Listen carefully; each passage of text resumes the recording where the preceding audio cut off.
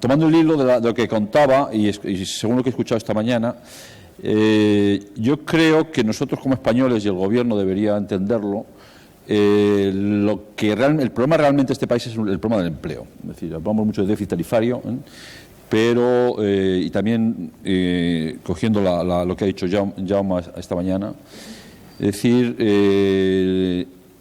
hasta ahora todas las medidas que se han tomado por parte del Gobierno en el ámbito energético han sido medidas de contención del déficit tarifario, y la verdad es que esto ha supuesto un parón importante para la industria y para el desarrollo tecnológico del país.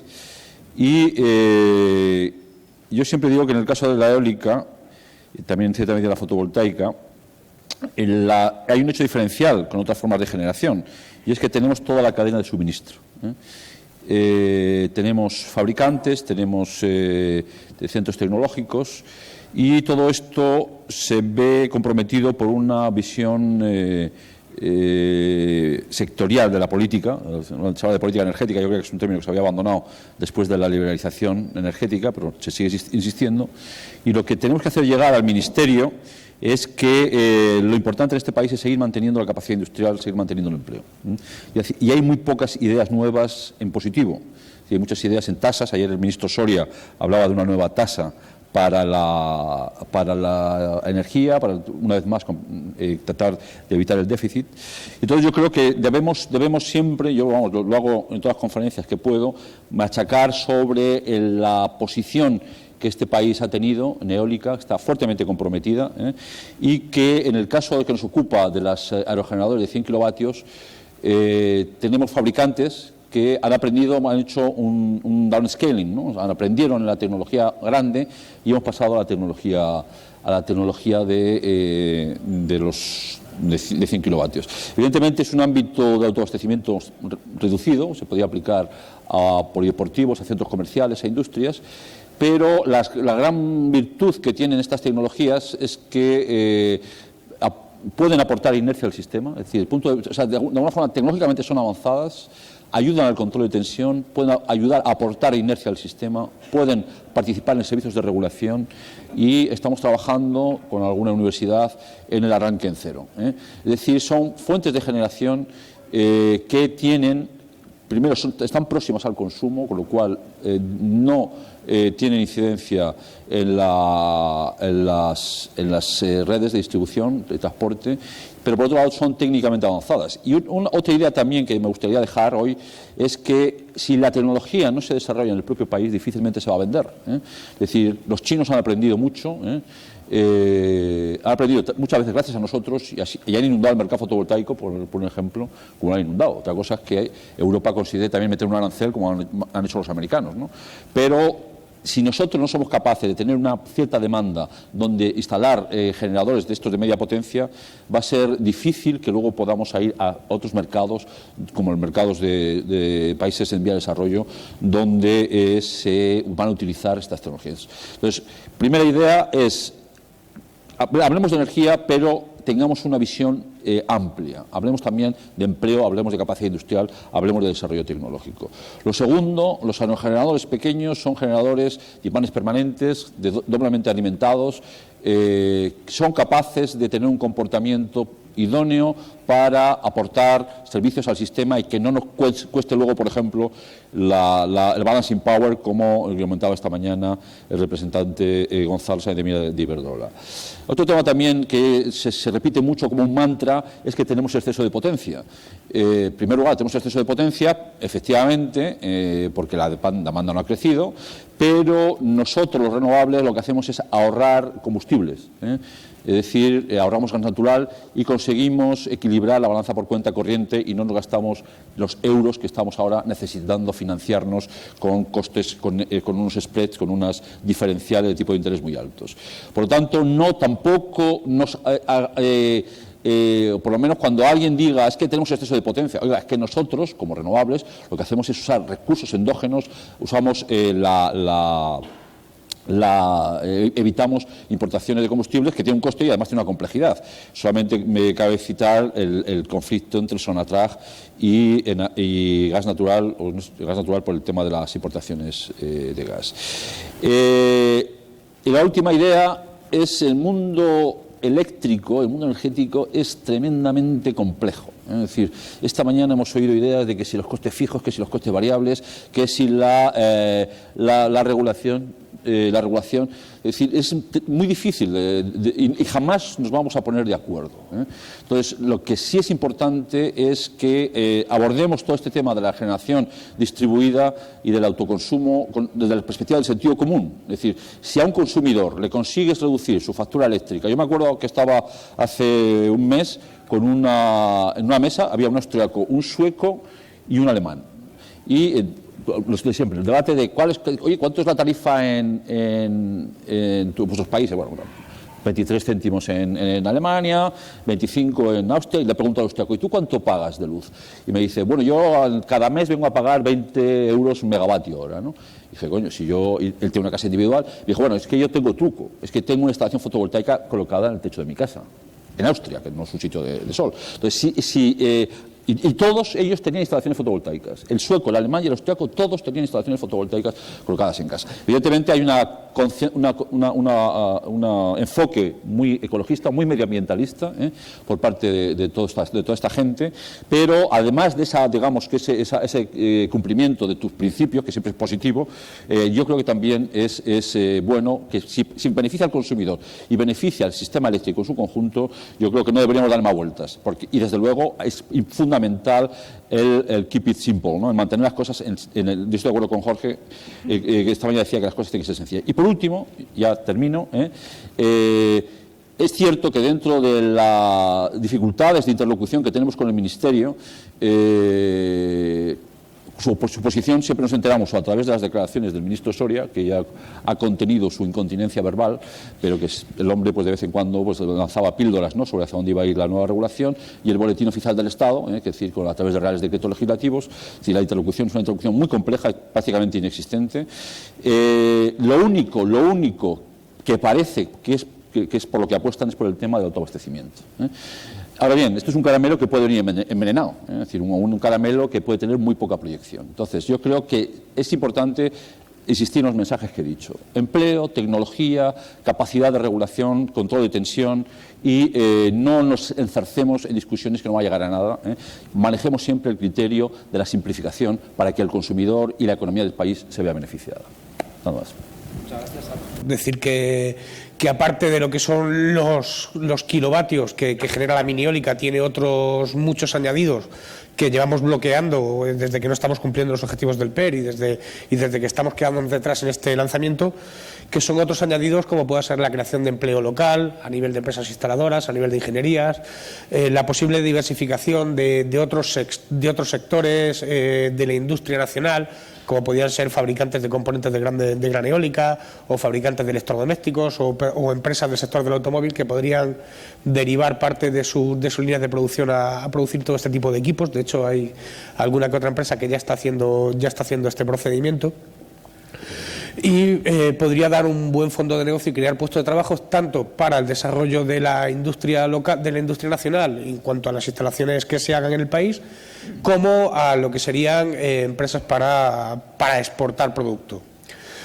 Desgraciadamente, cada año o cada mes que estamos retrasando el lanzamiento de esta tecnología o el nacimiento de esta tecnología a nivel nacional, pues estamos retrasando el que ninguna empresa pues haga inversiones, sin que se creen estos puestos de trabajo, ni que se tengan todos estos subproductos, como es la creación de empleo que tanto necesitamos actualmente, independientemente de la microgeneración distribuida y de las ventajas que eléctrica y energéticamente la mini eólica podría generar. Hasta ahora se ha estado basando y manteniendo en el sector de las instalaciones aisladas. Son equipos que están diseñados y producidos y han nacido para generar energía allá donde se necesita, no para generar energía donde hay un recurso óptimo, sino están diseñados para trabajar con vientos bajos, porque son máquinas que normalmente están diseñadas para abastecer pues una granja, una casa aislada, un sistema aislado donde verdaderamente lo que prima es generar energía. Entonces, si la mini eólica es una tecnología perdonad que vaya tan deprisa, pero como vamos tan mal de plazo, si la mini eólica es una tecnología tan sumamente competitiva en una instalación aislada, En una instalación aislada normalmente es muy fácil encontrar una instalación híbrida, mini eólica fotovoltaica, mini eólica solo, fotovoltaica solo, pero lo ideal, lo que normalmente suele hacer es hibridar tecnologías, montar fotovoltaica y mini eólica. Si es tan rentable en una instalación aislada, si es más rentable que un diésel, si es más rentable que otras tecnologías, ¿por qué no lo es rentable actualmente conectado a la red? ¿Cuál es el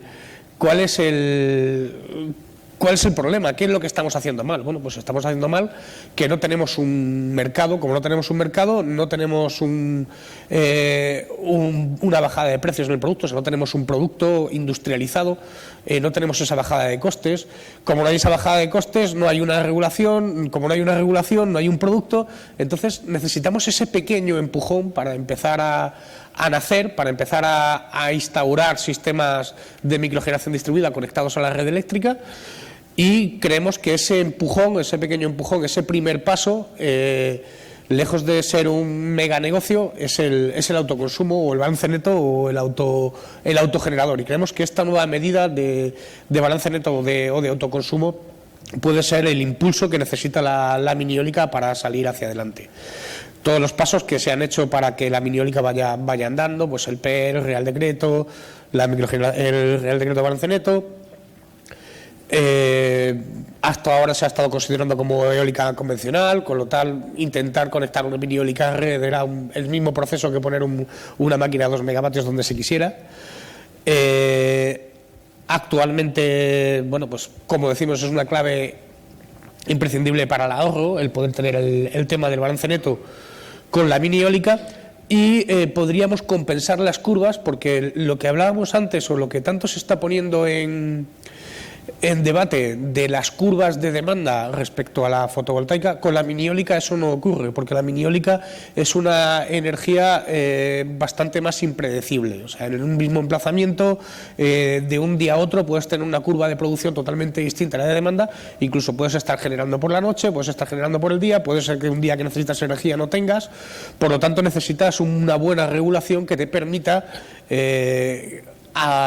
rentabilizar esa instalación, que verdaderamente sea un ahorro, el poder entregar kilovatios a la red cuando no los están necesitando y cogerlos de la red cuando te hagan falta, o sea, que te dejen utilizar la red como una batería. Bueno, como bien decía Alberto, la mini eólica tiene miles de usos, y entre ellos el del sector industrial, las industrias, las granjas, los centros comerciales, los polideportivos, las viviendas, instalaciones agrícolas. O sea, puede tener infinidad de aplicaciones. No solamente la aplicación que nos viene a todos a la cabeza de nuestro edificio y el aerogenerador encima del tejado del edificio.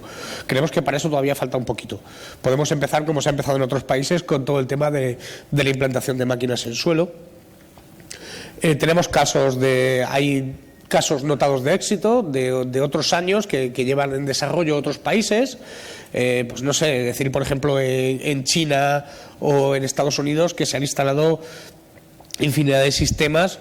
En los años anteriores se acaba de publicar el estudio global de mercado de mini eólica, el cual vamos a presentar mañana en unas jornadas que tenemos aquí en IFEMA a partir de las 3 de la tarde.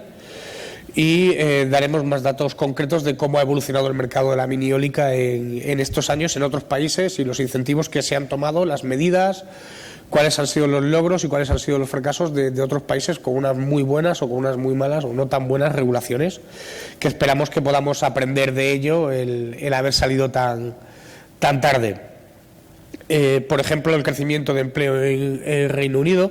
O sea, un dato muy importante, no sé si estaba en esta presentación, ahí, es que se han creado 50 empleos nuevos por cada megavatio de mini eólica instalado y 30 empleos nuevos por cada megavatio de mini eólica exportados. Y creemos que eso nos hace mucha falta, y es tan bueno ahora mismo para la situación que estamos atravesando, como la misma producción energética que puedan hacer los aerogeneradores, o el mismo efecto de concienciación social que puede hacer el mismo autoconsumidor cuando tiene un aerogenerador en casa produciendo la energía. El cambio de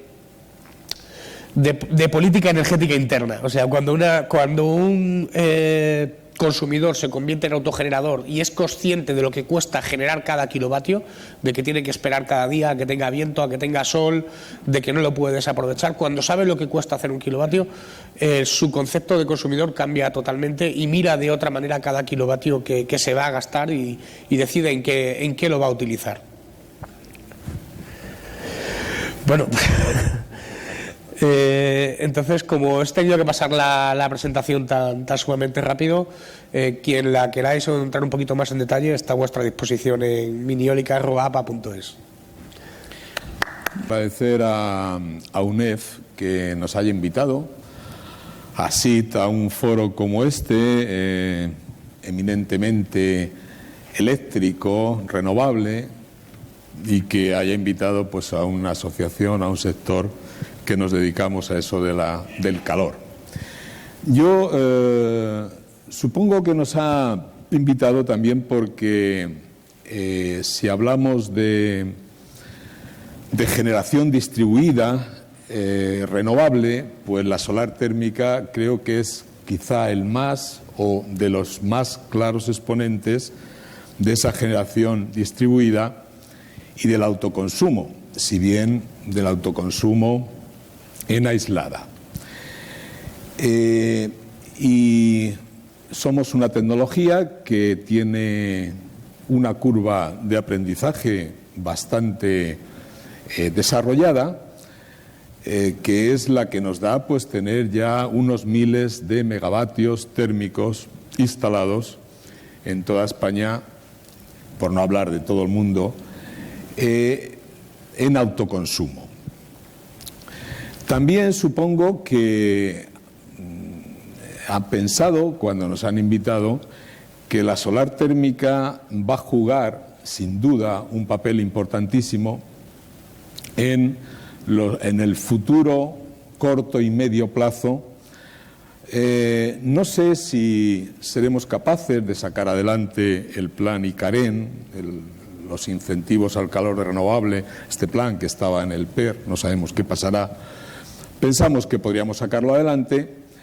Estamos ahí trabajando en código técnico y seguimos dando soluciones en código técnico, y creo que tenemos por delante un futuro importante de participación a través de, entiendo, el plan, si es que logramos sacar adelante el plan de edificios de consumo de energía casi nulo, un plan que debe salir este año, debería salir este año, en el marco de la transposición del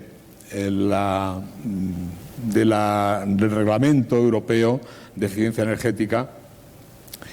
Y por qué no hablar, también tendremos nuestro papel en las futuras redes de distrito en calefacción y frío. Creo que es algo que hasta este momento en España pues prácticamente no ha tenido ningún tipo de incidencia, pero que estoy seguro que lo va a tener en el futuro.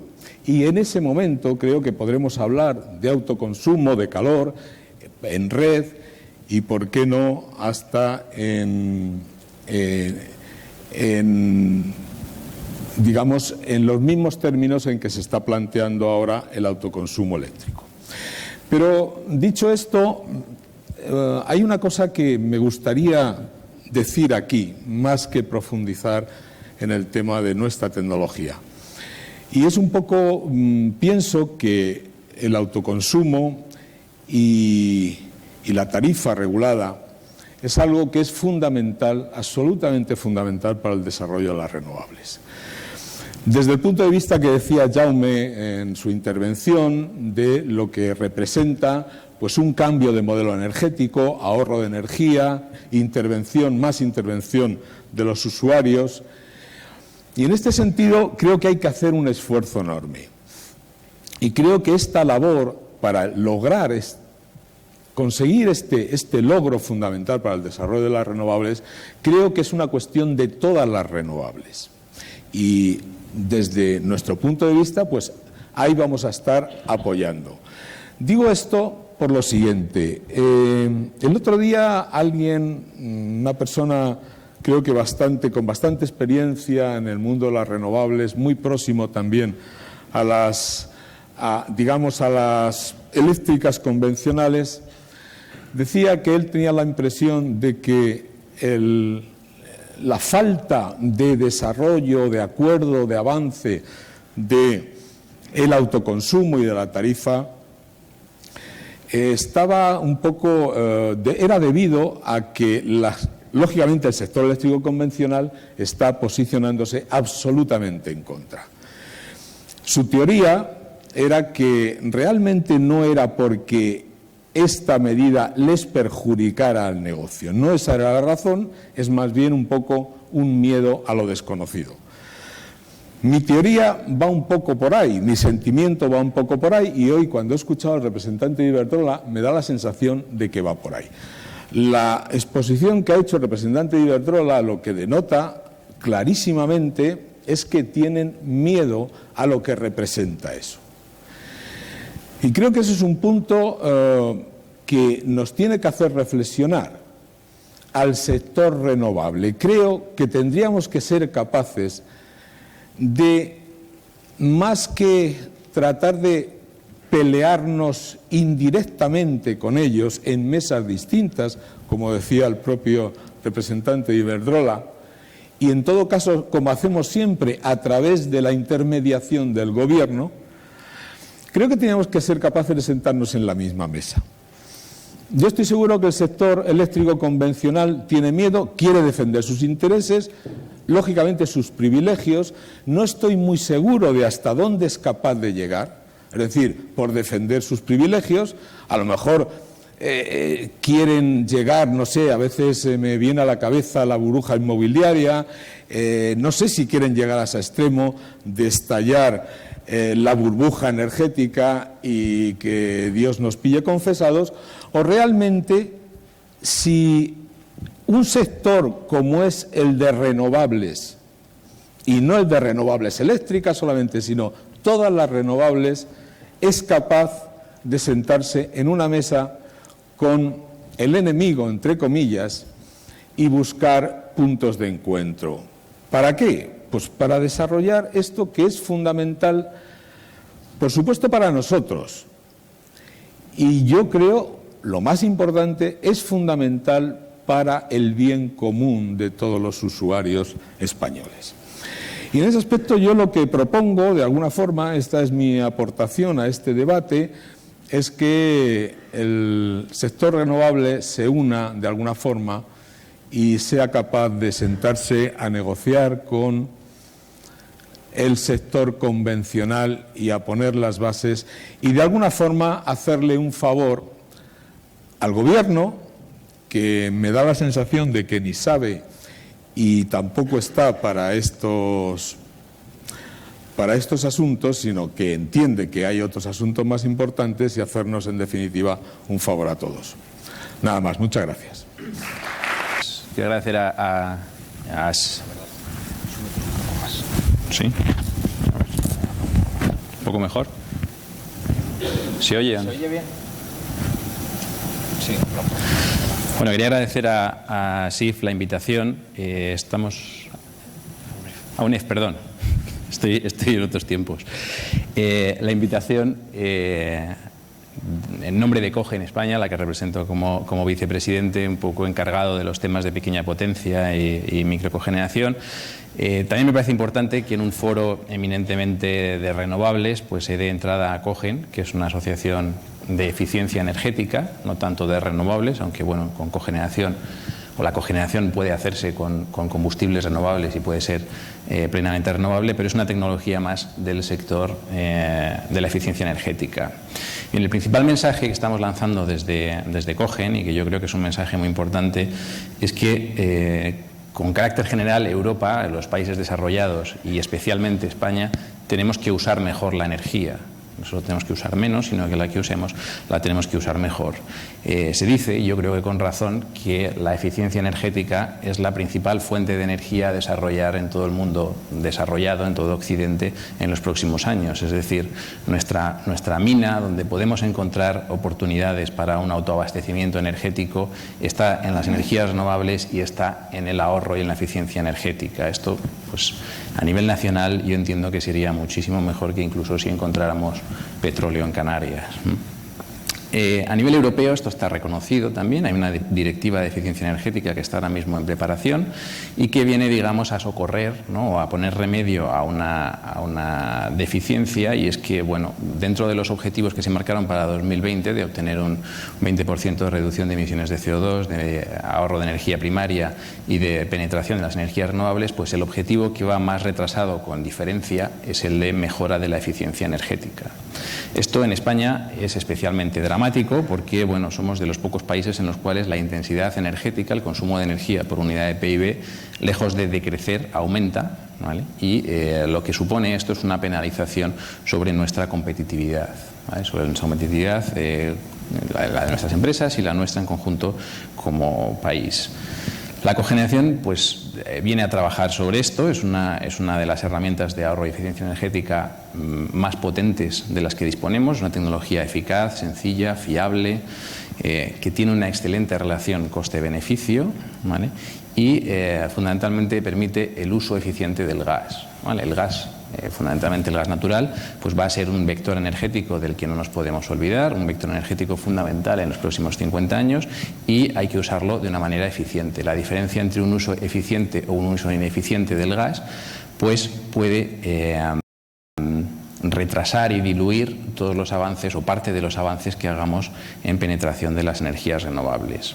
Esto, evidentemente, pues es un factor, y aparte hay otro factor, que es que, bueno, como decía antes, la cogeneración también puede trabajar con fuentes de energía renovables, y estoy hablando de biogás o estoy hablando incluso de hidrógeno, y evidentemente lo que hará será poco a poco ir derivando hacia una fuente o hacia una tecnología plenamente renovable. Bien, ¿qué puede aportar la cogeneración o la microcogeneración? La microcogeneración es la cogeneración llevada a un nivel de micro, a un nivel de decenas de kilovatios típicamente, y que se instala dentro de los edificios o dentro de las industrias. En ese contexto, lo que hace un equipo de cogeneración, una instalación de cogeneración, es producir electricidad a partir de gas natural, hoy en día, y en el futuro esperemos que a partir de combustibles renovables, y lo produce con una eficiencia muy alta. Quizá no tan alta como el sector eléctrico, pero muy alta y de forma deslocalizada. Esto, pues, da como resultado unos costes de generación que son bastante atractivos, unos costes de generación meramente eléctrica que pueden estar entre los 14, 15 y los 17, 18 céntimos de euro por kilovatio hora eléctrico producido, ¿vale? Es decir, no estamos tan lejos de ser competitivos con la electricidad que nos suministra el sistema centralizado. La gran ventaja de la cogeneración es que, haciendo esta generación distribuida, esta generación dentro de un edificio, digamos, una gran cantidad de energía, típicamente el doble de la energía eléctrica que producimos, la obtenemos localmente en el propio edificio como energía térmica. Y esa energía térmica es una energía que deja de evacuarse al ambiente en las centrales del sistema eléctrico. ¿Vale? Esto supone, en términos de energía primaria, un ahorro del orden del 30%, comparado con una generación convencional, que multiplicado, pues, por un elevado número de horas de trabajo al cabo del año, porque la cogeneración puede funcionar de día, de noche, en invierno, en verano, y digamos que con toda circunstancia, siempre que la dejen, y multiplicado por una mayor potencia, típicamente porque es una tecnología que tiene unos costes más bajos, pues genera o puede reportar ahorros de energía y ahorros de emisiones tan importantes como los que pueden reportar las energías renovables. Entonces, desde Cogen entendemos que se deben fomentar al mismo nivel. ¿Y en qué aporta, en definitiva? Eso es, digamos, el aporte técnico, el aporte a nivel global, el aporte a nivel país. Pues se traduce en importantes ahorros de costes y mejora de competitividad para nuestras empresas y para nuestras industrias. En todos los sitios donde se utilice calor, la cogeneración aportará competitividad, ¿vale? Se dice, y es verdad, ¿no?, que tenemos un exceso de potencia eléctrica, pero hay que llamar la atención, el sistema eléctrico, pero hay que llamar la atención sobre que tenemos un importante déficit de eficiencia en el sistema energético y en particular en el sistema térmico.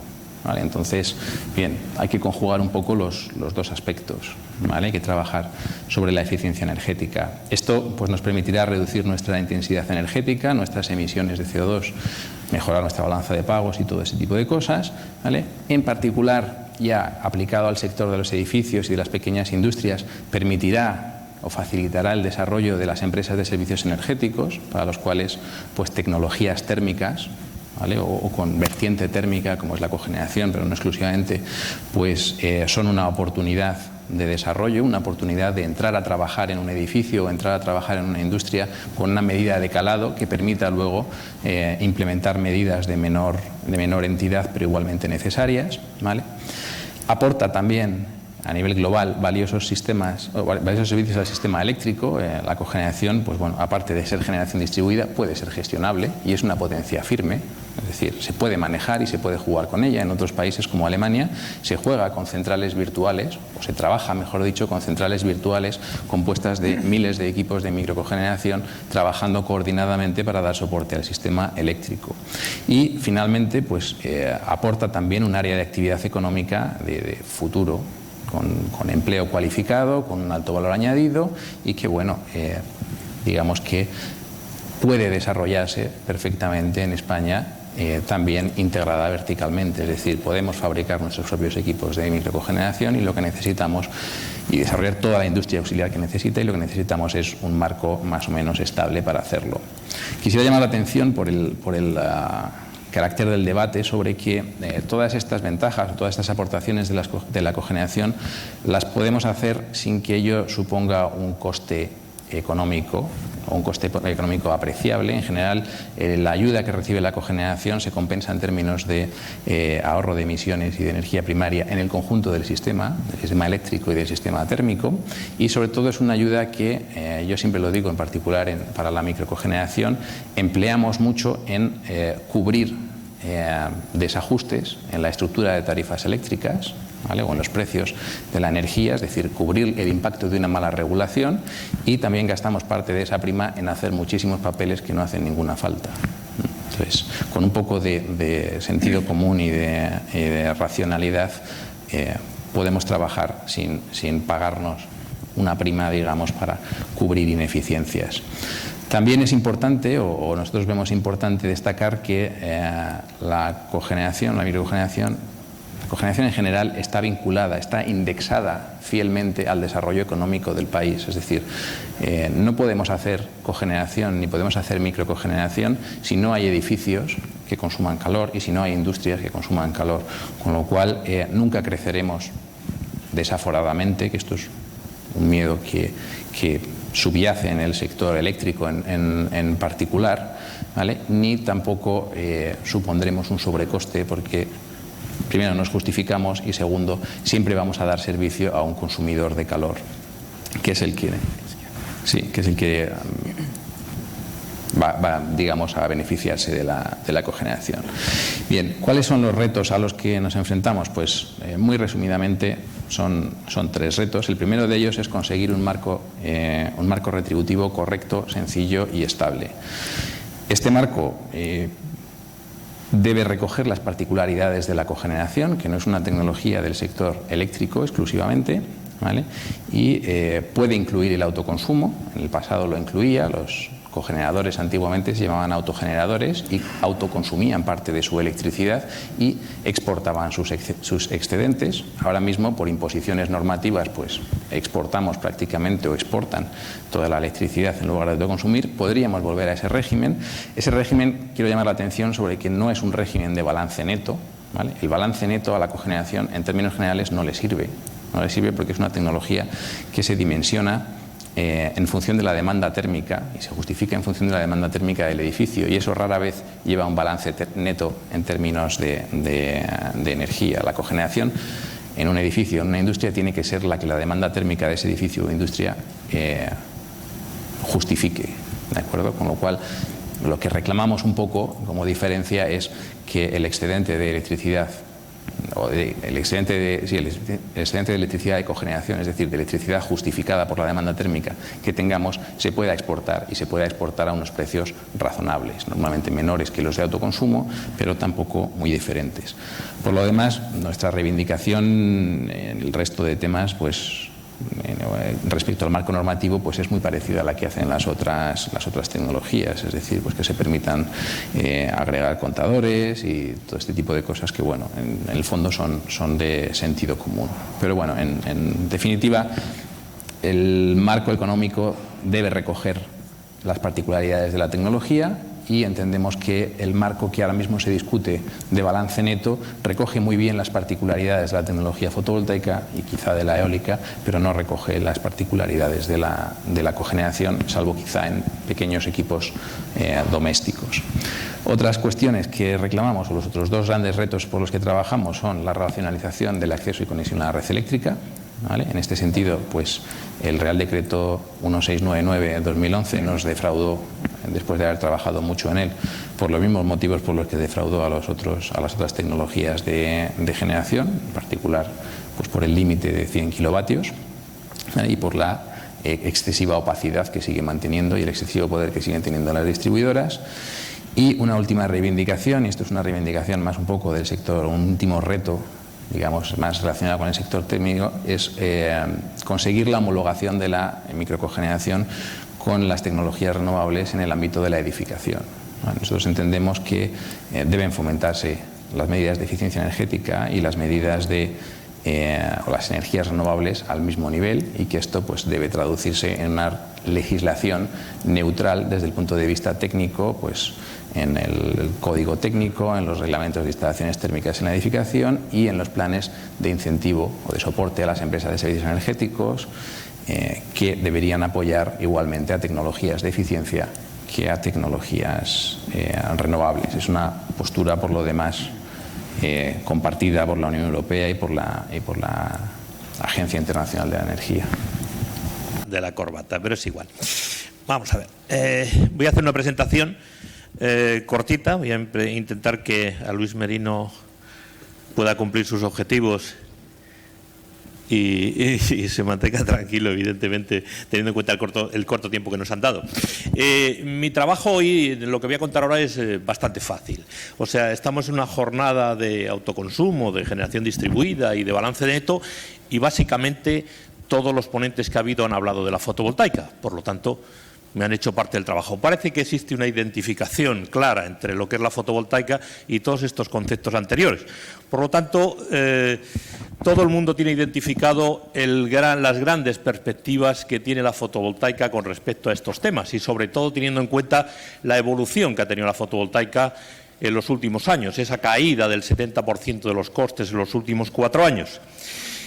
También me ha gustado ver cómo las propias eléctricas, hasta el que ha estado hablando en la mesa anterior, hasta abogado por mantener nuevamente el tema de los cupos y todo esto. Realmente debemos de tener unas perspectivas tremendas cuando se están diciendo cosas como esta, y lo cual me congratula. Y realmente yo creo que eso además va a ser así. Pero el problema que tenemos ahora mismo es que, aunque tenemos unas perspectivas enormes, y hemos tenido un desarrollo estupendo durante los últimos años, realmente todo lo que está ocurriendo, en este caso con la fotovoltaica, pues es malo con respecto a las instalaciones interiores, con respecto a la situación patrimonial que está habiendo con ellas, y con respecto a cuál va a ser nuestro futuro, evidentemente, porque necesitamos que la regulación contemple todas las necesidades que vamos a tener en adelante. Por lo tanto, si estamos hablando de las instalaciones anteriores, tenemos que tener en cuenta lo que ha ocurrido, en este caso con la última regulación, el Real Decreto 1565 y el Real Decreto Ley 14. Realmente, si tenemos en cuenta eso, y sobre todo que durante 3 años vamos a tener unos ingresos en este tipo de instalaciones del 661, pues inferiores a un 30%, básicamente, como pongo en ese gráfico, no solamente el TIR se va a ver resentido en todo esto, además de las necesidades técnicas accesorias también sin retribución, sino que esa rentabilidad que se le va a sacar a una inversión totalmente intensiva en capital, pues básicamente se está pareciendo más a una inversión de bajo riesgo, y por eso está puesto ahí esa comparativa con respecto de los bonos a 30 años. El otro problema que tenemos es que durante esos 3 años que se va a tener esa limitación horaria que ha salido en estos Reales Decretos, pues realmente las instalaciones se están viendo comprometidas de tal manera que el que tenga una inversión le sonará un poco más. El ratio de cobertura del servicio de la deuda, o sea, lo que somos capaces de pagar en función de lo que estamos recibiendo, realmente estamos a unos niveles que cuando llega ahora el 2013, que es lo que viene aquí, pues ese ahogo que van a sufrir los productores va a ser totalmente tremendo. Por lo tanto, si puede haber otras medidas, el Gobierno debería calcular muy bien hasta qué punto se puede ahogar a la gente de esta manera, cuando ya realmente la fotovoltaica es la que ha cargado con todo el peso de los recortes que ha habido anteriormente. No voy a hablar de las ventajas que tiene la fotovoltaica, porque ya se ha dedicado todo el mundo a glosarlas, y evidentemente, aparte de lo que estamos suponiendo en costes, y por supuesto hablando de la modularidad que tiene, de que nosotros no necesitamos hacer productos casi específicos, sino que esos se conforman, y que tenemos toda la cadena de valor en España, si es que con todo lo que está ocurriendo no acaba deslocalizándose de una manera peligrosa, podemos llegar a la conclusión de que la fotovoltaica todavía necesita un apoyo. Desde UNEF nos hemos atrevido a hacer unos escenarios en los cuales, teniendo en cuenta lo que puede llegar a ocurrir con la evolución de los términos de energía, siendo además bastante cautos, o incluso cuál puede ser la evolución del coste, si estamos hablando sobre todo de temas domésticos y temas industriales, cuál puede ser, y ya digo, en temas de costes, no siendo demasiados agresivos, cuando realmente los costes todavía pueden ser inferiores a los que pongo en el gráfico de más abajo, en el cual se ha contemplado. Hay esa diferencia de costes porque el inversor doméstico no puede repercutir el IVA. Entonces, en estos casos, teniendo en cuenta esas circunstancias, se puede hacer un modelo en el cual vamos a ver que podemos llegar a tener, con el tema de balance neto, unos plazos de recuperación de la inversión pues normales, y una evaluación de esa tasa de retorno, de ese TIR, vamos a tenerla de tal forma que sea medianamente atractivo tanto para un consumidor doméstico como a una industria poder acometer este tipo de instalaciones. Si este tipo de instalaciones se apoyan de una mínima manera, y cuando digo se apoya, pues un mínimo incentivo fiscal casi en estos inicios para no acabar matando el sector, podemos ver que realmente esto puede crecer básicamente de la misma manera que podría haber crecido. Esto estamos hablando, solamente serían números de lo que sería el balance neto de aquí en adelante, y podríamos llegar otra vez a recuperar pues ese futuro que parece que deberíamos de haber tenido si no se hubiera hecho la moratoria que se ha provocado a primeros de año. Por lo tanto, nosotros esperamos que se tenga en cuenta esto, y sobre todo lo más importante, aquí se ha hablado de generación de empleo, se ha hablado, pues como he dicho yo hace un poquito, de los problemas de deslocalización que vamos a tener. Necesitamos que siga habiendo industria en España, necesitamos que haya trabajo aquí.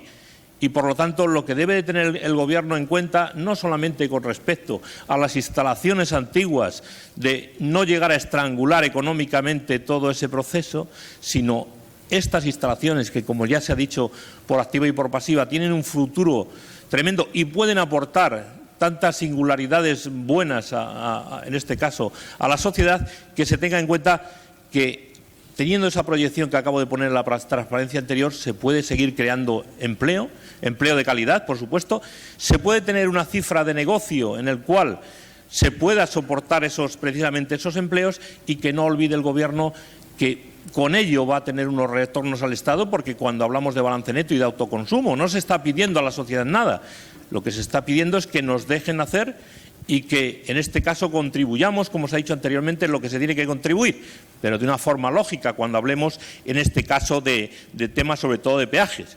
Y que se vea también que, con respecto a la independencia que tenemos que tener, sobre todo con respecto a los combustibles, que realmente también es importante lo que debe de ser esa autosuficiencia que tiene que tener España también en algunos aspectos, ya que lo que tenemos en este caso son renovables y no tenemos temas relacionados con los combustibles fósiles. Por lo tanto, yo lo que rogaría en este caso al Gobierno, pues por supuesto que el Real Decreto de Balance Neto salga cuanto antes, que salga de una manera lógica, que se establezcan unos peajes adecuados, vamos a decir, al uso real que tiene que dar esta tecnología y sobre todo los periodos de compensación, porque todo ese tipo de temas también tienen su importancia, y que no hagan restricciones con respecto no solamente a la potencia que debe tener como máximo una instalación, como se ha dicho, que son 100 kilovatios una instalación, sino, como viene en el borrador del Real Decreto de Balance Neto,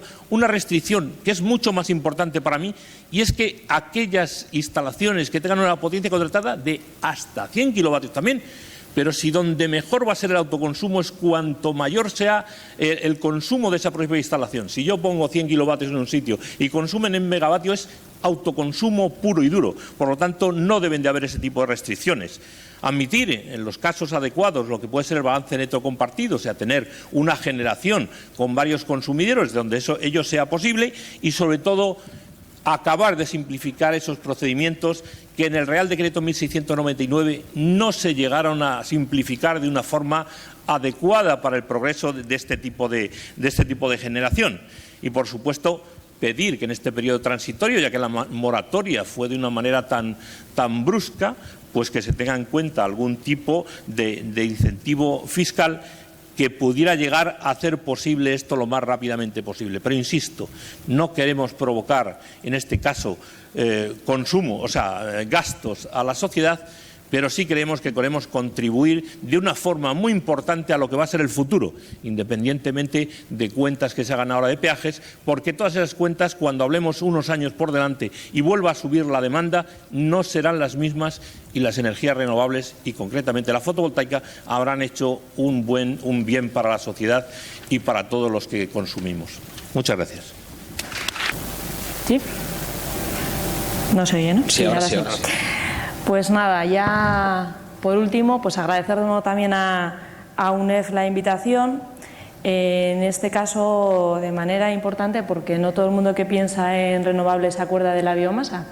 Entonces, bueno, pues está bien que, aunque seamos los últimos, estemos también para el tema de autoconsumo. Bueno, como ya se ha hablado tanto de las renovables en autoconsumo, en generación distribuida, y todo el mundo ya conoce todas las ventajas, también espero que todo el mundo sepa en qué consiste la biomasa. Voy a centrarme de manera muy breve en, bueno, pues en las ventajas que la biomasa puede aportar al tema de generación distribuida y autoconsumo. Es una pena no poder ponerles una presentación que alguien había elaborado con mucho cariño, así que quien tenga interés en tenerla, pues se puede pasar bien por el stand de APA o bien mandar un email a biomasa@apa.es y se le hará llegar. Bueno, simplemente comentarles que dentro de la sección de APA Biomasa representamos a la biomasa sólida, pero también al biogás y al aprovechamiento de otro tipo de residuos orgánicos a través de diferentes tecnologías, pues combustión, gasificación, pirólisis, digestión, que los productos finales no solamente es la electricidad, sino en algunos casos es electricidad y calor, cogeneración, o en algunos otros casos puede ser incluso combustibles. En el caso del autoconsumo, bueno, pues esta legislación nos aplicaría sobre todo para las plantas pequeñas, que en estos momentos están representadas por dos tecnologías, por la gasificación y por el biogás, la biodigestión. Sí que es cierto que las plantas de estas tecnologías aún son grandes para lo que se está hablando en el decreto de balance neto. Y esa puede ser una de las barreras para que estas tecnologías tengan una oportunidad. Pero también es cierto que, si bien hasta el momento no hemos tenido la oportunidad de optimizar esos costes de inversión, porque no ha habido una implantación suficiente en España como para que tengamos esa curva de aprendizaje suficientemente desarrollada, creemos que una vez se empiecen a desarrollar tanto las tecnologías de biomasa sólida como las de biodigestión, se optimizarán los costes hasta el punto de ser eficientes incluso también en estos tamaños tan pequeños. Si bien es cierto que sería deseable que el decreto no restringiera el tamaño de la misma manera que ha comentado Eduardo anteriormente. Vemos que si hay un consumidor de 200 kilovatios y un generador de 200 kilovatios, pues no vemos qué inconveniente puede haber en que lleguen a un acuerdo, ¿no? En el caso de la biomasa vemos que adicionalmente a todo lo que ya se ha contado, ocurre que normalmente donde está el recurso suele haber también una importante demanda eléctrica. Puede ser el caso, por ejemplo, de granjas en las que se produce el residuo aprovechable y también hay una determinada demanda eléctrica. También puede ocurrir en industrias forestales. En esos casos puede ser especialmente interesante que se puedan acoger a este decreto. Sí que es cierto que en el caso de la biomasa y el biogás se habla de que son gestionables y que por tanto no necesitarían tanto de ese colchón que puede ofrecer la red, pero también es cierto que lo de gestionable es técnicamente cierto, pero que hoy por hoy las inversiones en estas instalaciones son tan elevadas que difícilmente te puedes permitir el lujo de gestionarla, es decir, de tenerla parada durante un tiempo suficiente como para que sea gestionable. Es decir, gestionable es, lo que pasa es que esa gestión pues no es económicamente viable, es decir, estas instalaciones tienen que tener una producción intensiva para amortizar esas grandes inversiones, tienen que funcionar 8.000 horas al año. Entonces, si tenemos un consumidor que normalmente sí que va a tener una curva de consumo que va a ser variable, necesitamos ese colchón que puede ser la red. Y bueno, por último, pues nada más decirles que tenemos una lucha mucho más intensiva que el tema del autoconsumo, porque en estos momentos estamos luchando porque esta tecnología o estas fuentes se puedan desarrollar. Nos da mucha envidia los miedos que se tienen hacia los fotovoltaicos. Ojalá estuviéramos en esa situación. No estamos en esa. Tenemos una guerra todavía porque exista la biomasa de manera importante, pero tampoco podemos permitirnos el lujo de pasar el tren del autoconsumo porque esperamos que en un futuro cercano sea también una oportunidad para estas tecnologías. Y nada más.